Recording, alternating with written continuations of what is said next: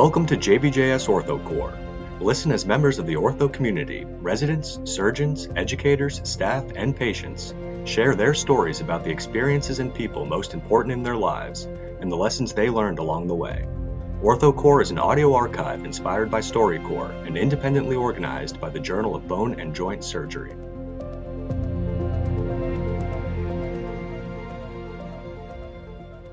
All right, so please introduce yourself and let us know kind of where you did your training as you went along and where you are now. My name is Theodore Miclau, and I'm at the University of California, San Francisco. I'm an orthopedic traumatologist. I am the chief of orthopedics at the Zuckerberg San Francisco General Hospital, which is the city's only level 1 trauma center and safety net hospital. And I'm the director of the Orthopaedic Trauma Institute at the University of California, San Francisco. I'm also a professor of orthopedics in the School of Medicine at UCSF. Great. So how did you initially get interested in orthopedic surgery and particularly in orthopedic trauma? Orthopedic surgery was something I came by very late as a medical student. Initially, when I went into medicine, I had no idea what I wanted to do. And I would go through my rotations, and sadly, instead of collecting all those things that I thought I'd be interested in, I started crossing things off the list. And I wasn't sure I wanted to do something like orthopedics because the impression that I got from many of my other classmates that were predetermined upon entering medical school that they were going to go into orthopedics. I didn't quite want to do sports medicine and follow their sort of area of interest, and so I didn't think I would be all that excited about it. But as I got exposed to it, I was extremely enthusiastic, and I almost went into ENT. We had very good mentorship there. I didn't really run across a lot of orthopedic surgeons when I was in my first few years of medical school, and I also was interested in neurosurgery and did some research in neurosurgery that also included some of the work that I did as an undergrad, which was on facial recognition and seeing whether or not people's emotional status with different types of neurological conditions. In medical school, it was Tourette syndrome, and seeing whether or not by using their facial expressions as an output, whether or not there were detectable differences and disconnections in their emotional responses. And so way off from orthopedics. I was fortunate enough, though, to know a medical student that was 1 year ahead of me, and he was looking to unload or hand off a project that he was doing, looking at MRI and bone healing, and asked me if I was interested. And I said, sure, that sounds like that would be something that might be fun to do. And I met a man named Ron Lindsay, who then eventually became my first real career mentor. And Ron was a character. He was somebody that was full of energy, full of ideas, definitely wasn't in the mold of a stuffy professor. And he took me under his wing, as he did all of his medical students. There was a lot of personal attention. And by working with him, I then became interested in orthopedics and applied late to it, but fortunately not so late that I still had some publications and things and was able to get into residency program. Unfortunately for me, my 4th year of medical school, Ron left to go to another institution, and I didn't really have his guidance that last year.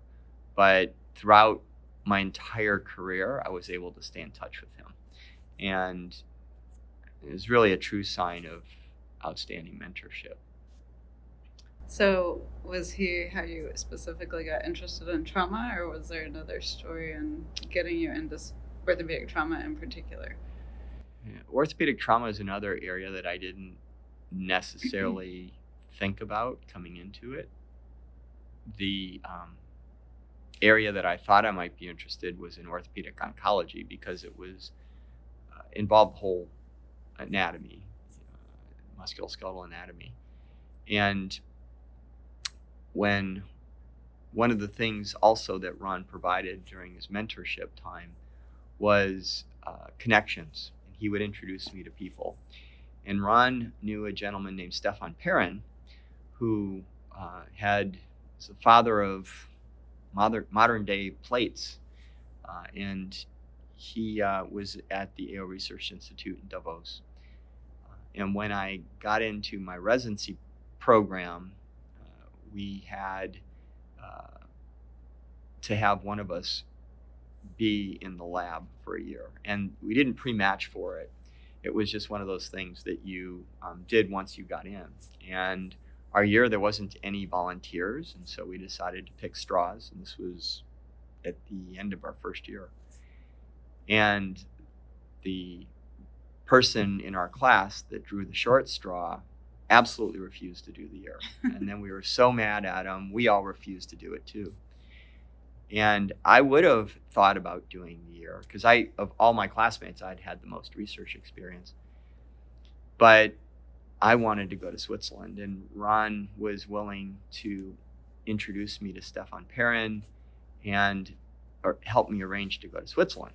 And I was told under no terms had anybody left our residency program ever to go somewhere else to do research. And so it would be better for me to do a research year afterwards in this than it would be to try to get some research time during residency. So I didn't want to do it for that reason. And then once this person didn't pick the straw and wouldn't do it, then I was adamant I didn't want to do it. Until I got a call from our chairman of our department, who is my second career mentor, a guy named Frank Wilson. He just passed away, unfortunately. Frank at the time was the president of the American Board of Orthopaedic Surgery. He was a very strong character. North Carolina at the time was one of the bastions of remaining hard work as a resident. So every Friday or every Saturday that we took off counted as a half-day vacation. We only got 5 days of vacation a year. But one of the things I did learn during residency was that if you were presenting some novel research, that you could get time off to do that. That's something that the residency valued. And that was extra encouragement for me to do things. So Frank had called me into his office and looked at me over the top of his glasses as he did and said, "Oh, Dr. Miclau, we would like you to do the research here. We think you have the most promise to be an academic researcher." And he said at that point, when I went back to talk to him about his impressions of my behavior during that interview, he said he thought I was going to quit because I was just so upset that this was allowed to happen without any intervention. And so I said, "Dr. Wilson, I'll do the year, but I want to go to Switzerland." And he said, "Well, you can go to Switzerland. You can only go for 3 months, and we're not going to pay you." And I said, "Well, okay, Dr. Wilson, you don't pay me very much anyway." At the time, I was making $19,000 a year. And I said, "Yeah, I'll take you up on that." And so that was it. So I went to Switzerland. I worked with the team there, Professor Perrin, a guy named Slobodan Tepic, who is the inventor of the locking plate, the modern day locking plate. And I did some studies on sheep bones where we were testing different plating configurations, which hadn't ever been done before, using the dynamic compression plate, the low contact dynamic compression plate, and the point contact plate, which was the point contact fixator, which was the new locking plate, and it had unicortical screws. And I did that, and I also worked in the research lab with a guy named Burton Ron. And the AO now has a research award that they give under Burton's name too. So these were real pioneers, and that's when I became really interested in trauma. And I was sort of backed into it through research. And Perrin was extremely supportive. The guy was another incredible mentor. I'd say he was probably the third mentor in my career. And he allowed me also to take some AO courses when I was there. And I wasn't technically supposed to be doing that, but he pulled some strings and I got to do that. And it became really interesting. And so then I said, this is really what I'd like to do. And we had one faculty member who I'll credit as the fourth mentor in my career, a guy named Laurie Donners. And Laurie was a very interesting guy. All of these different people had extremely different personalities, but the one characteristic they all had was they cared about you as an individual. They followed you, they would work with you, Laurie was a little more hands-off, but he paid attention to everything you did. And they all had interesting things that they said and did. So one of the things that I remember, I still to this day, I think I used it yesterday, Laurie's comment about the grass being brown all over. And another thing he told me was, you want to be on the cutting edge. He would do a lot of basic research projects in rodents, and then he would immediately apply those into humans. So some of the early irrigation, he was way ahead of the curve on that, and he was using irrigation and local antibiotics very early. And so he would say, well, you want to be on the cutting edge of one thing, they'll call you progressive. If you're on the cutting edge of everything, they call you crazy. And so that's another thing that I sort of took to heart. But Laurie Donners was interested in this locally applied material, and I don't know if you'd heard my presidential address, but what I was interested in doing a research project with Laurie, and I needed some pilot work so that I could apply for a grant. This is, I think it was an OTA residence grant. It was the first grant I was going to apply for. And Ron, I talked to him about it. He was my mentor. I wanted to see if he was interested in this. And he was. And I said, well, my only problem is right now I don't have the money to start anything.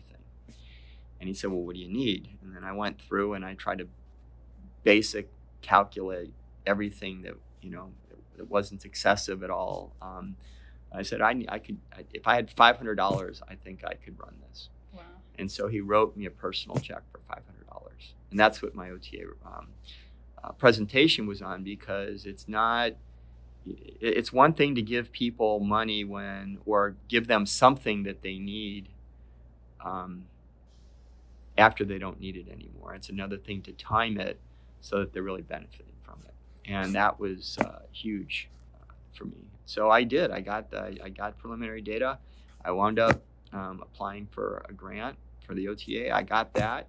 It allowed me to hire my brother-in-law, he wasn't my brother-in-law at the time, but he was my girlfriend's brother, who was trying to get into medical school. And so I hired him, and we did the project, and it was very successful, and it allowed me a different area too to begin doing research in my career on infection and locally applied antibiotics. And that was kind of the first area of research for me. The other area that was I was able throughout my residency to go back and have a variety of experiences back in Switzerland. So during the course of my entire residency, I spent about 14 months in Davos, going back and forth. And each time I was able to present something, and then I'd be able to get some time off.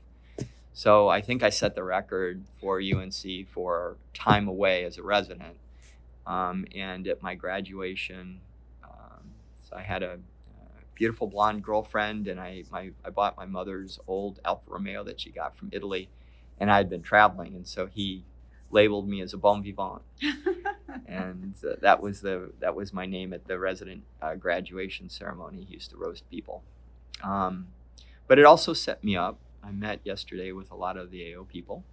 It set me up for doing an AO fellowship, going abroad, meeting a lot of people internationally that helped me gain an interest in the international community. And it opened my eyes to all of the connections that they were making. At the time, it was Switzerland and Germany. So I was in St. Gallen, Switzerland, and then Hanover, Germany, and then Berlin, Germany. And at the time, Harold Czerny was still the professor, and so the father of certainly European trauma. And the way he ran things, he was another one who was just very attentive. Personally, I met a Oberarzt named Christian Kredick, and Christian at the time was designing the techniques for minimally invasive plating, and he needed somebody to help him look over his data, write up his work, and I did. And so in that one period of time of 6 weeks, we put together 11 articles. And it's all the early work, the first work that's been published on minimally invasive surgery. And then when I went back to California, I brought that with me. But in the meantime, all of the people that were in those programs, Norbert Haas was, Czerny had a rule: you could not advance anybody in the group until the top guy advanced. And Haas was holding out for a job, so he had everybody kind of bottled up. But after that, it was an explosion, and each of these people took over their own programs and were very successful. And those programs were successful. And so that little incubator of all that talent, I met and I kept up with throughout my career. And that just also helped a lot in doing some of the international work. So a lot of my more recent interest is in developing the international community and networking people. And that was my first exposure to that, and was really critically important for me. So do you have something that you're the most proud of in your life or career? From a professional standpoint, I think the thing I was most proud of is graduating from Yale. So none of my parents went to, I was the first person in my family to go to college, my direct family. And I grew up in Puerto Rico. My mother and father met in Cleveland. They lived in Cleveland until I was about 5, moved to Florida for a year, and then we moved to Puerto Rico. My dad was a restaurateur. And eventually his parents' marriage failed, and he moved back to Cleveland. But my mother stayed in Puerto Rico, and that's where I grew up. And there was a period of time even that I didn't see him very much because of the concern that he wouldn't, if we went to the States, we wouldn't come back. So I didn't see my dad for a while, and I had to work really hard because my mom was a single mom, and she worked all the time. She had a full-time job, and her first full-time job was an hour away, so she'd have to drive an hour to go to one side of the island and back. And we had a series of governesses until I was probably 12, and then I became the governess for my brother, who was 6 years younger. So I'd cook and clean and wash clothes and do that stuff. And then I held down a job. Starting in 9th grade, I was an underage employee. Sort of the guy that I was working for in Puerto Rico didn't quite care what my age was. He just cared what my work ethic was.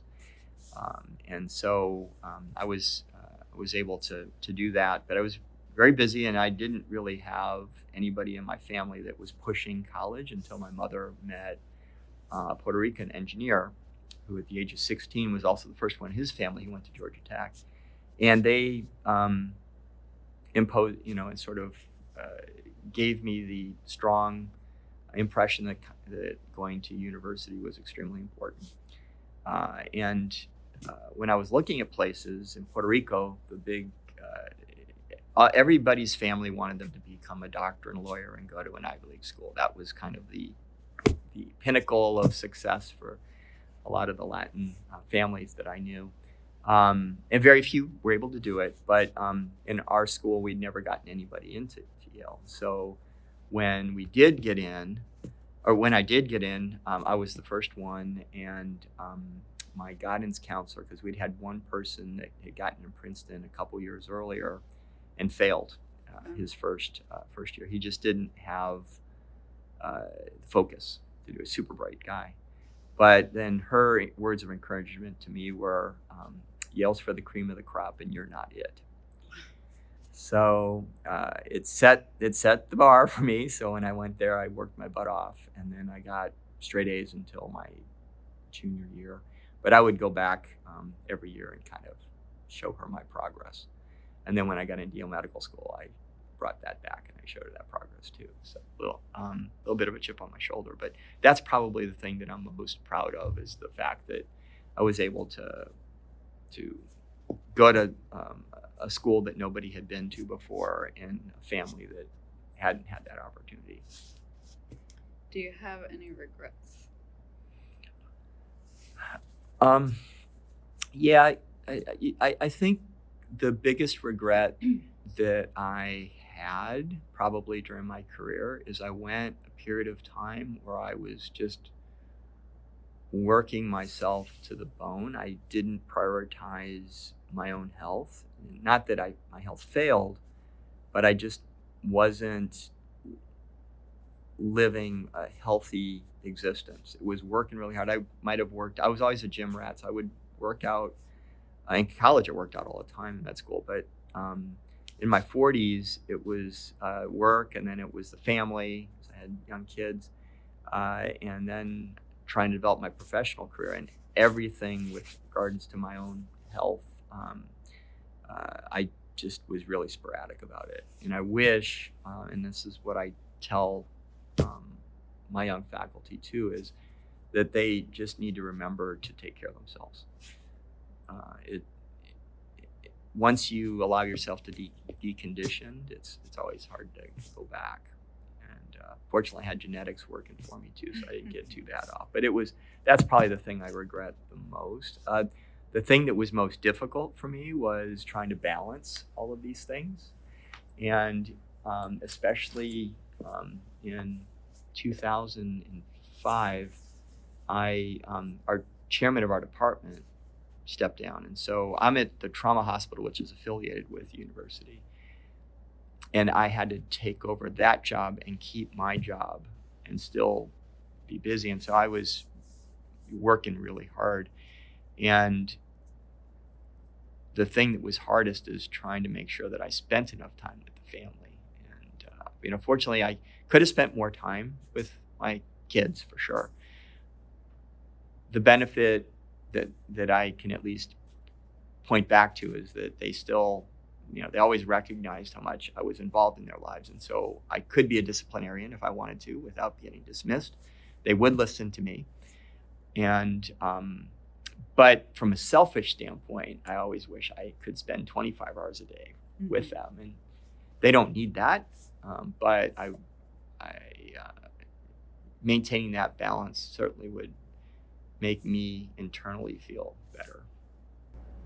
So last question, for generations listening to this years from now, is there any wisdom you would want to pass on to them? The world is a small place. Orthopedic trauma world is even a smaller place. And we're all in it together. My hope is that we can continue to help each other build and grow our specialty in different areas, that those who are in high-income countries, the United States, Europe, we're very fortunate to have been born into what we have, and we have more opportunity than we recognize to raise the boat for everybody. And that would be my hope, is that there continue to be recognition for this collective good, because ultimately it benefits everyone's patient population. And Bob Proby gave a talk today about changing the world, and this is a way to do it. You don't have to invent a new nail, you can work with your colleagues around the world to make everybody's practice better, learning from them, sharing resources, exchanges. Great. Thank you so much.